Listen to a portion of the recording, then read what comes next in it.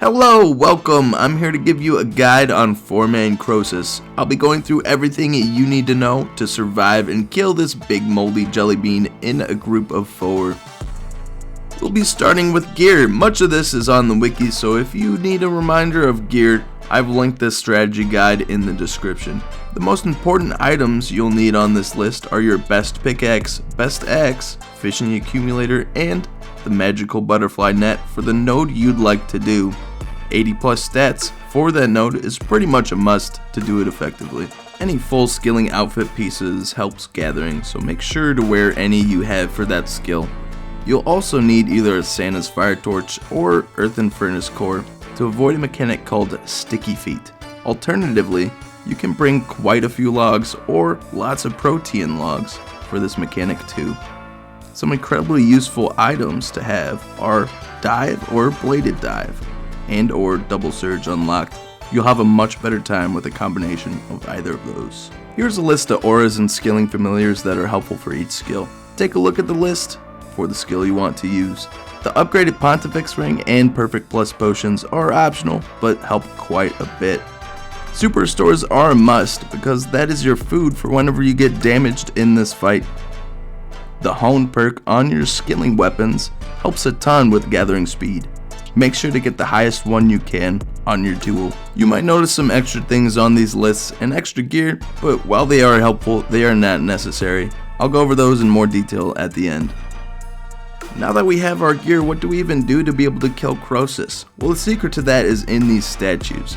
These statues need 15 of 2 types of resources. Once these resources are contributed, the statues can be repaired.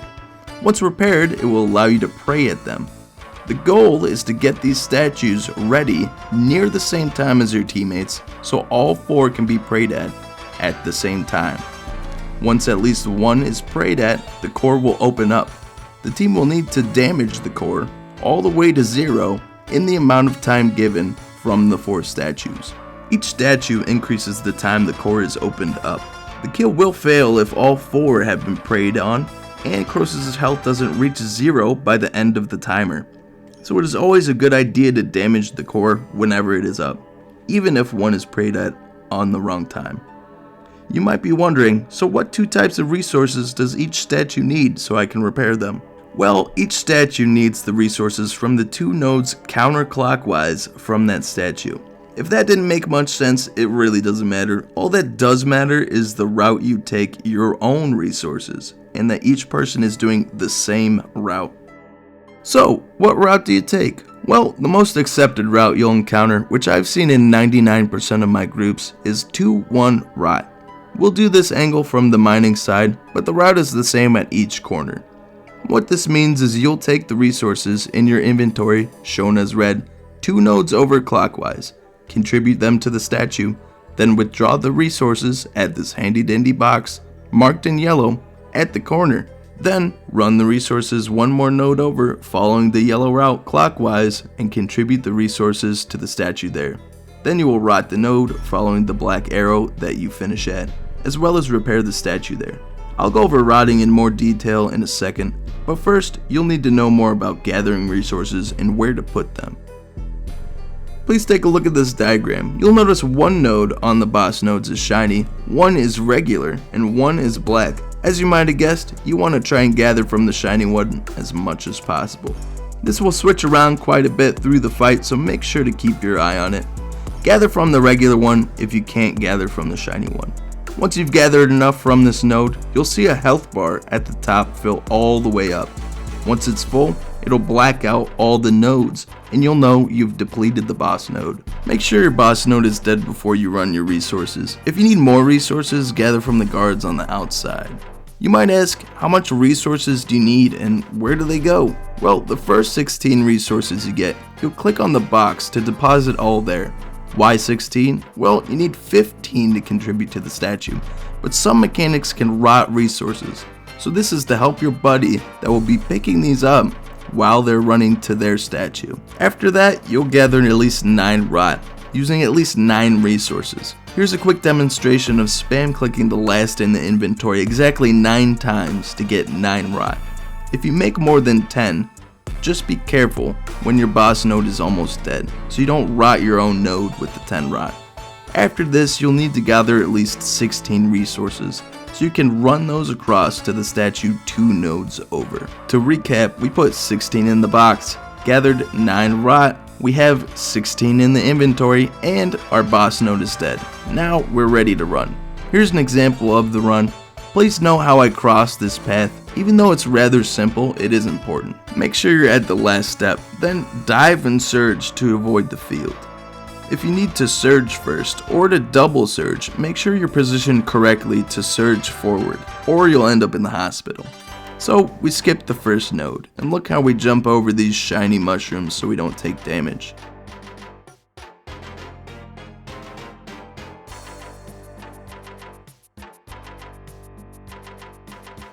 And here we are, 2 nodes over. We contribute our resources to the statue, run over to the box and right click withdraw all. From here, now we're running 1 more node over and contribute the resources we picked up to this statue. We'll now rot the node we're currently at. For this you'll need 10 rot. Luckily you'll have 9, and we'll be able to make 1 more rot with the extra resources in your inventory. Click on the dead node and you'll receive a pop-up saying you did a good job. Now off to repair the statue and finish the fight. One last thing to note, after you repair your statue there will be a pray option. It takes around 5 seconds to pray at, and be sure not to pray at it until everyone is ready. If you thought that was all of it, that's too bad because there's just a bit more. Throughout the whole fight you'll be dealing with attacks coming from Croesus. If you have a good camera angle you can see Crow jiggle with it right before he throws out an attack. But also there's a cool little sheet here that shows the timing of each attack. Looking here you'll notice it goes bomb, fairy ring, slimes, bomb, stun, and then sticky feet. It repeats all of those except for the last sticky feet. There will be an energy fungi, and then it repeats the whole list again. So let's go through exactly what this looks like. So here we are 10 seconds in the fight. First mechanic is a bomb. Just dive out of the way and continue collecting. Up next you'll see a fairy ring that looks like a cloud of dust. Make sure to move at least 1 space over or you'll randomly be teleported to any corner of the map.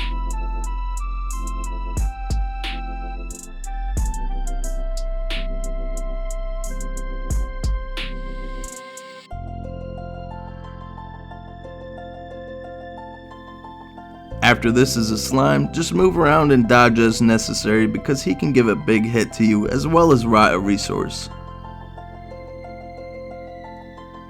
After this is a bomb, move out of the way.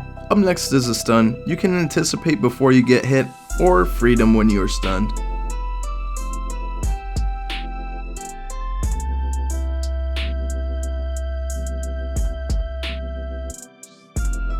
Last is sticky feet. Just click at the bottom of your feet to clear it. As long as you have a log, torch, or core, it should clear.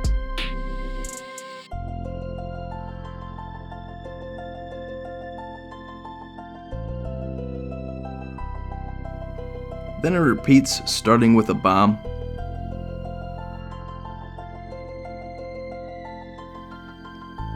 Then another fairy ring. Make sure to not walk back into it.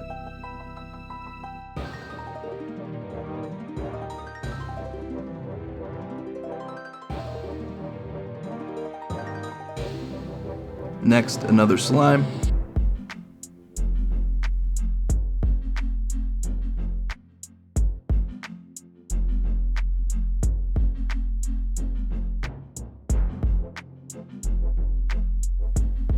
Then the last bomb. This is a blue bomb, which you want to look out for because that means you need to go to the center very soon. After this bomb is a stun. Make sure you're going towards the middle. This last one is an energy fungus. You want to clear this as well as sticky feet. Make sure you hit this energy fungus every time because this is going to be the majority of your points for rewards. Then it repeats all of those attacks. And that's all the mechanics you need to know. So now that you know all this stuff, where do you go to test out your crow chutzpah? I find the best place to look to learn is from friends or clanmates, and if you're comfortable enough, The Friends chat in Croesus FC is a good place to look. I am also looking to host Crow learning sessions and events, so check my socials if you're interested in those. Now that we're near the end, here are some extra details and tips. Keep in mind these aren't necessary, and some you probably shouldn't be doing as a learner, but I'll detail them out here for when you're more comfortable at Croesus. First tip when damaging the core, make sure to switch to the appropriate tool for each core, as well as re-click the node for the white and green particles. Avoid clicking on the red particles. The first two items for these tips are the Artificer's Measure, which helps you repair the statues faster, and the Acceleration Pot, which makes you travel around faster. For those of you who have unlocked Saren's spells, it's very useful to use Crystal Mask. This blocks one damaging attack. It's best used for slimes, so you don't have to worry about moving for them. This next tip is about maximizing points. If you find you're depleting the boss node fast, and you're still having trouble reaching the maximum reward points at 420 points at the end of your kills, you can gather some resources from the regular boss node rather than the shiny node. These resources from the boss give you points, so you'll get more points while depleting the boss since it'll take longer to deplete when gathering from the regular node. Make sure this tip is not preventing you from fully depleting the boss node before you run. Last is Croesus Alert. For those who use Alt1 Toolkit, you can download this add-on to help alert Crow's attacks during the fight. And that's all I have for you. Feel free to like and subscribe, and I hope you have a good time at Croesus. I will see you all later.